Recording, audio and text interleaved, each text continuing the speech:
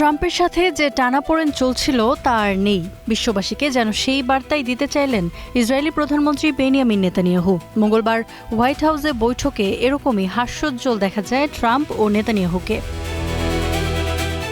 এবারের বৈঠককে এ পর্যন্ত হওয়া বৈঠকগুলোর মধ্যে সবচেয়ে সেরা দাবি করেছেন ইসরায়েলি প্রধানমন্ত্রী নেতানিয়াহু। ডোনাল্ড ট্রাম্পের সঙ্গে এটি আমাদের সেরা বৈঠক। পূর্ণাঙ্গ অংশীদারিত্ব এবং অভিন্ন লক্ষ্য নিয়েই আলোচনা হয়েছে। এটি শুধু সৌজন্যমূলক বৈঠক ছিল না। নেতানিয়াহুর দাবি, বৈঠকে সবচেয়ে বেশি গুরুত্ব পেয়েছে ইরান।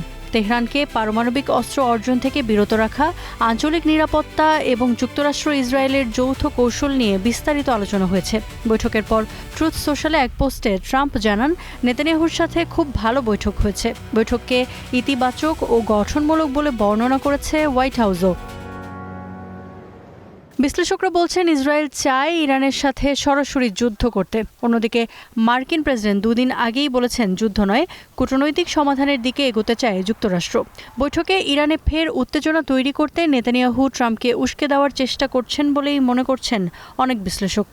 নেতানিয়াহু হয়তো আবারও ইরানের শাসন পরিবর্তনের ধারণা সামনে এনেছেন, কিন্তু ট্রাম্প সম্ভবত সেই পথে হাঁটবেন না। যুক্তরাষ্ট্রে এই যুদ্ধ জনপ্রিয় নয়, তাই এই বৈঠক থেকে নেতানিয়াহু বাস্তবে কতটা আদায় করতে পারেন সেটি দেখার বিষয়।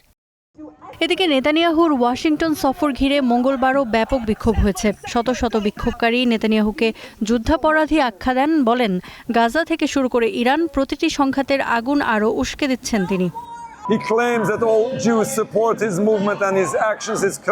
প্রতিবার নেতানিয়াহু আমেরিকা আসেন আর আমাদের দেশে আবার বোমা ফেলা হয়।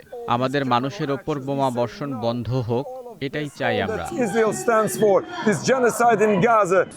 রিপাবলিকান সিনেটর লিন্ডসে গ্রাহামের শেষকৃত্যে যোগ দিতে গেল সোমবার যুক্তরাষ্ট্রে যান নেতানিয়াহু।